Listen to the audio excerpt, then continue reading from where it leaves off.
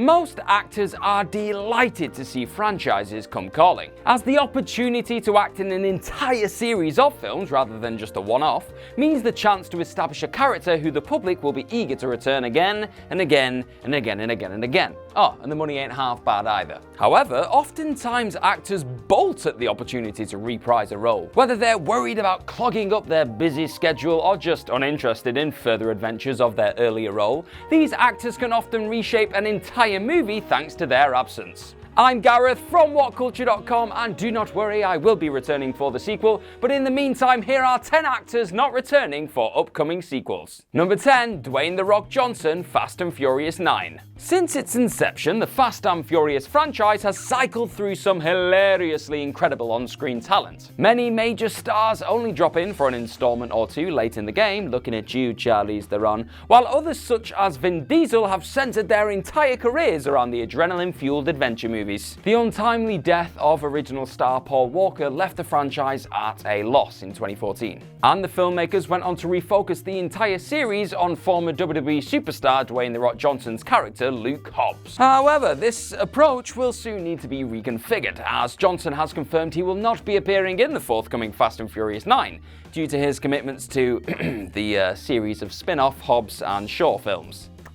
Awkward. One thing is for certain, as long as Jordana Brewster, Michelle Rodriguez and the rest of the cast are on board, and as long as there are cars to chase and blow up, there will be fuel for further entries in this never-ending blockbuster franchise. Number 9, Geoffrey Rush, Pirates 6. You may have heard last year that star Johnny Depp exited the Pirates of the Caribbean franchise. But another blow was dealt to the winning formula established by the blockbuster film series a little bit earlier. After his character was killed off in the series' critically reviled 5th installment, Dead Men Tell No Tales, screen veteran and all-time great baddie Geoffrey Rush opted to take the title literally and bowed out of any further installments. His Captain Barbossa is, along with Depp's Jack Sparrow, one of few major characters to feature in all 5 films thus far. It would ordinarily be fair to presume that the actor couldn't have returned regardless, given his character's fitting redemptive death at the end of the 5th film left him in a bit of a watery grave. But with the character having been revived twice already, any fan of the franchise can tell you Captain Barbossa dying is no guarantee that he will stay dead. Well, until now, because he just said so. Number 8, Hugo Weaving, The Matrix 4. In the original trilogy of Matrix movies, Agent Smith was as recognizable a foe as sci-fi cinema has ever had. Hugo Weaving's sneering, over-the-top performance gave suitably nasty human form to the faceless evil machines behind the trilogy's convoluted backstory, and a suitably hammy counterpart to Keanu Reeves' infamously dull Neo. Despite this and his long-running relationship with the Wachowskis, Weaving won't be returning for any further Matrix installments. The upcoming Matrix 4 will not include Weaving due to an unfortunate scheduling conflict which he was unable to overcome with the directors. This means the techno-thriller franchise will need to find a new face for its antagonists in this forthcoming reboot. And good luck to him, because Weaving's Agent Smith is about the most hated personification of evil tech since the dreaded buffering circle. Number 7, George Carlin, Bill and Ted. Almost as iconic a presence in the Bill and Ted franchise as the titular pair of slackers,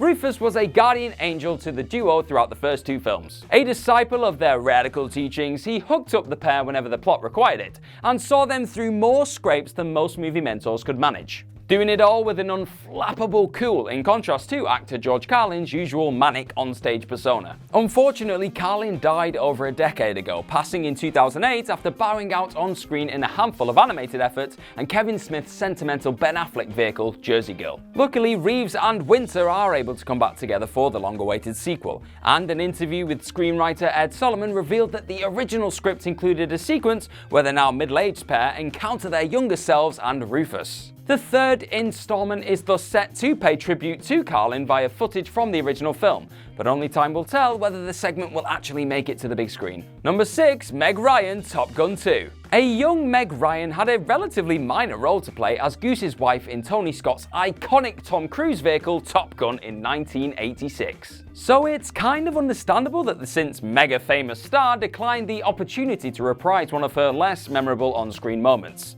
However, early reports indicate that not only will much of the original cast return, amongst them stars such as Val Kilmer, but Goose's son will play a pivotal role in the sequel. Miles Teller will play the ill-fated pilot's offspring, so only time will tell how the film handles the absence of his mother from the story, despite Maverick and Iceman's relationship with her in the original. A lot of approaches could potentially work, just as long as we're not told she befell the same fate as her husband off-screen at some point between the films. Number 5. Lauren Cohen, Brahms' The Boy 2.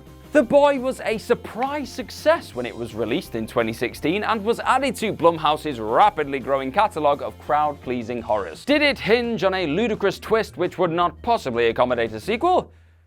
Sure did, but that's never stopped an intrepid producer before, and the Jordan Peele championing studio recently saw fit to put together a follow-up for early 2020. Declining to return is Lauren Cohen, replaced by Katie Holmes as a young mother whose son becomes unhealthily obsessed with the titular doll. It's a pretty understandable call, given that it's doubtful Cohen's character will be willing to go within 100 feet of the little creep after surviving a last encounter with him.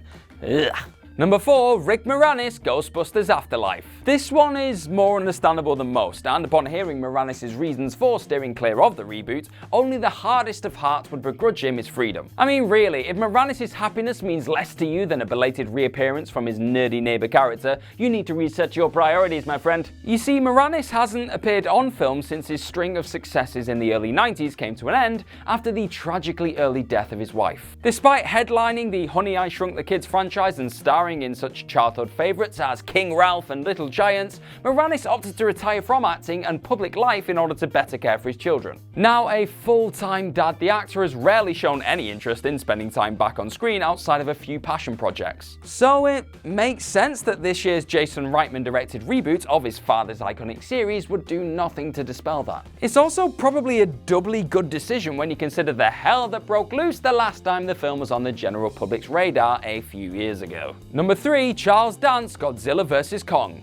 It's always charming to see some humility from stars who, after decades of success on screen, we may reasonably expect to have grown a larger ego than is typically expected from their profession. And Charles Dance is a charming guy at the best of times. So we weren't surprised, but were happy to see him admit that he's not in the follow-up to Michael Dougherty's Godzilla King of the Monsters that he knows of. The actor followed up the casual admission by adding that he'd be happy to reprise the role if anyone wants him to. So maybe it's unfair to rule out a return? I mean, could you say no to that amiable old man? He doesn't even need to play the villain again, just give the guy something to do. Hey, King Kong could do with a new, more debonair voice. What about that? Number 2. Karen Fukuhara, Suicide Squad. We'd barely gotten a chance to mourn Will Smith's Deadshot before James Gunn, true to merciless form, threw the rest of his Suicide Squad sequel cast on the chopping block. Gunn is Killer Croc, Cara Delevingne's villainous Enchantress, and Karen Fukuhara's Katana, all to make way for a new brood in their place. Scandalous is an understatement, given what a pivotal role the characters played in the first film, or at least were probably supposed to play before the flick was cut to ribbons between post-production and reshoots. The standout figure in this list of the sequel's non-entities, though, is Karen Fukuhara, a name which really stung DC diehards. Since the first film, the actor has had the chance to harness her heroic potential, in roles ranging from Amazon's brutal The Boys to Netflix's more kid-friendly She-Ra reboot, and barely got a chance to flex her muscles as Katana. Despite her evident potential, she never even got a proper send-off in the first film, before being unceremoniously dropped for the second. It's just not cricket. Number 1. Wesley Snipes' Blade reboot. It's hard to imagine anyone other than aging actor Wesley Snipes playing the most iconic vampire hunter since Buffy hung up her puffy 90s sweaters and pleather pants. But believe it or not, Blade, the titular kung fu kicking killer of the already undead, is set to grace our screens again in coming years, and he'll be played by Oscar-winning man of the moment Mahershala Ali. On the one hand, the recasting kind of makes sense. Hard as it is to admit given his kick-ass antics in the original trilogy, well, the first two at least, Snipes is getting on a bit in years. An action-heavy sequel might have fallen victim to the same fate as later entries of other franchises, prompting giggles from audiences unable to buy their older stars as believable tough guys.